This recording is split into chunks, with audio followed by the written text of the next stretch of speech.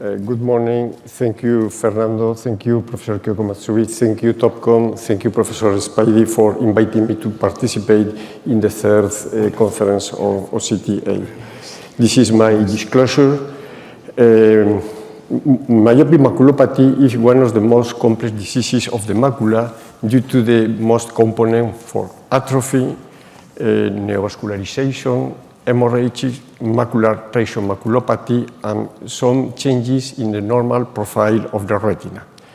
We can define myopic maculopathy and macular alteration induced by high myopia in which posterior staphyloma and excessive axial length is the main common factor, but not the only factor. Includes not only atrophic changes, which are the basis of the majority of the current classification, but also neovascular lesions, traction-induced changes of the macula, and a specific modification of the profile similar than dome-shaped macula. None of these should exclude the others, as different variations of myopic maculopathy might coexist in the same eye as we have observed in clinical practice. Currently, color fundus photography is the normal fashion or study myopic maculopathy, as you can see in these two pictures, with macular atrophy and pseudopit in these cases. With color fundus photography, we can study very clearly the atrophy progression, as you can see in this patient, or in this very old patient, with progression of the atrophy around optical nerve after this very grow progression of the atrophy. And also color fundus photography may help us in diagnosis posterior pole detachment in cases of a macular hole as this one.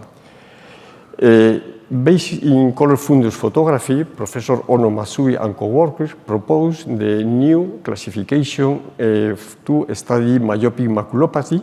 And the authors, based in color fundus photography, obtained very good agreement, more than 85%, and weighted kappa statistics more than 0.6. That is good classification and will be reproducible for study and for classified myopic maculopathy. In some cases, we need to study myopic maculopathy, fluorescein angiography to detect choroidal neovascularization with or without blood, as these two cases. In other cases, if there is a lot of blood, it's necessary to perform ECG, indocyanine green angiography, to discard, as in this case, the absence of choroidal neovascularization, as you can see in the normal evolution without treatment in this patient. Fundus autofluorescence can help us to perfectly eliminate the changes in the RPE in myopic patients, because not always is very easy to detect. But in my opinion, is OCT, especially Swiss OCT, who has for us more information to know and to study myopic maculopathy. We can see one case of macular hole in one with Swiss OCT. We can see not only the retina, the hole, the choroid, the sclera, and also the fat of the orbital fat. We can see the evolution of the cases. One question before. Can we obtain these images? If we perform OCT with contact lens, the image is more clear if we perform without contact lens in these patients. We can study with OCT perfectly the evolution of myopic CMV as two cases of active myopic CMV, the second stage of the diseases, scar, and the third stage of the diseases, atrophy, perfectly identified with Swiss OCT. We also now, and we can study myopic traction maculopathy in horizontal and vertical B scans and the evolution of the patient after performing surgery. Another two cases with myopic traction maculopathy, and with Jesus we can analyze perfectly the evolution after vitrectomy and peeling. But also, we can have the possibility to perform OCTA to analyze and to identify choroidal neovascularization, not easy in some cases of high myopia. We can study the flow of the myopic CMV, and we can perfectly delineate the neovascular membrane in this myopic patient. Another case with myopic choroidal neovascularization, a small quantity of fluid under the retina. This is a classical angiography of this patient, and this is the image obtained with OCTA. Exactly the same shape, the same size, without dying in a very few seconds. And also, we can obtain the density of the vessels of these lesions. If we perform the classification of myopic maculopathy only with fundus photography at this case, in my opinion, we can lose a lot of pathologies. For this reason, I think it's necessary to perform multimodal imaging. This case probably will be classified as diffuse atrophy of the macula, according to previous classification, but you can see the OCT of this patient. Very important myopic traction maculopathy in horizontal and vertical axis in the macula. For this reason, we have proposed and we have published in Progress in Retinal and Eye Research, we can read the paper, it's free access, a new classification similar than other classifications in medicine and as oncology, TMM classification. We propose the new classification to study and to follow myopic patients with 3 letters, ATM. A is atrophic component. We can use perfectly the fantastic classification proposed by the Kyoko, Ono, Matsui and groups according the same parameters, but we can add two no components of the classification. Tractional component from T0 no macular esquisses to T5 macular hole with plus retinal detachment, a third component of neovascular component, no myopic CMV, lacquer cracks, active CMV or Fuchs spot. We are going to show you some samples, high myopic patient showing a lacquer crack of fundus photography with inner and outer retinoschisis and optical OCT. Will be classified as A1, T2, N1.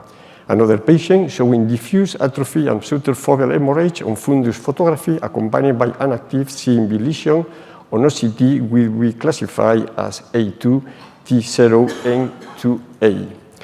Another one, patchy chororetinal atrophy with a Fuchs spot in the contents of an inner foveoschisis with a CMV scar will be staged and A3, T1, A2S. We have do the validation of this classification with 60 consecutive cases with pathologic myopia imaged by fundus photography and Schweppes OCT, high density vertical as horizontal B scan with Triton.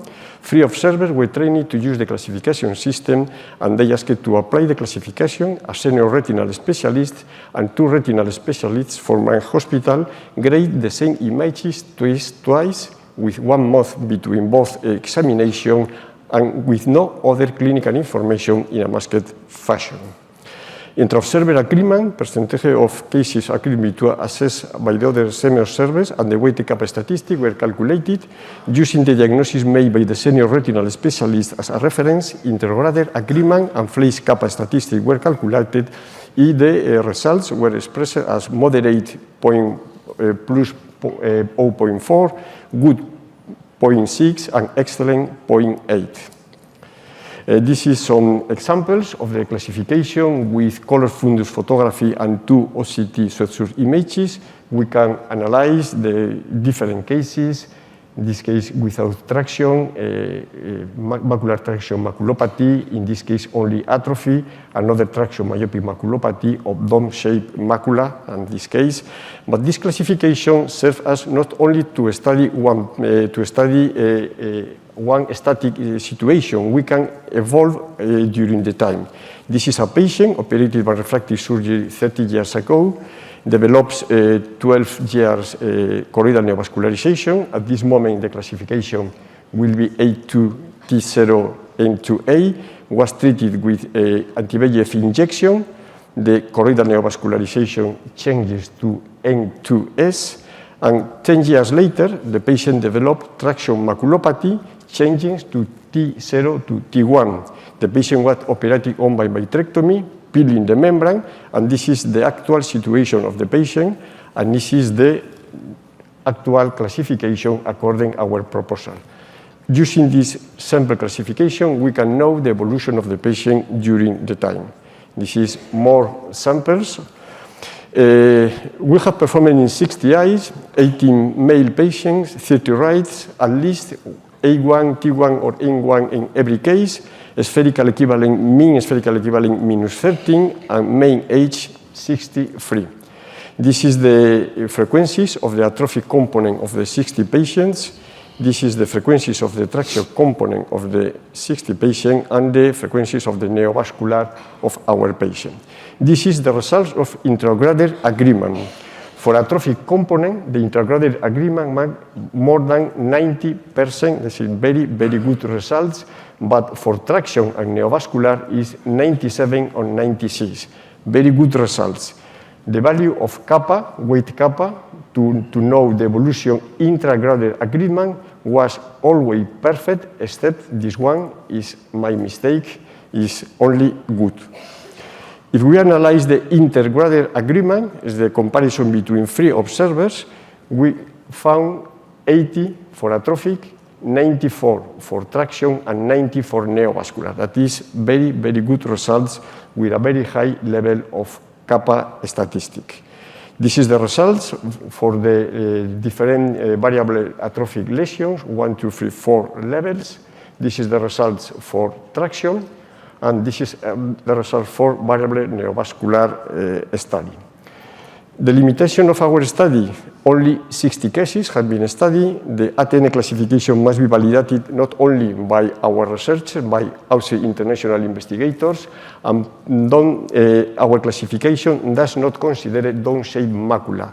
Probably if we add 1 letter more, maybe add T and D, with D0 no dome-shaped macula, D1 dome-shaped macula, and D2 dome-shaped maculopathy will improve our classification.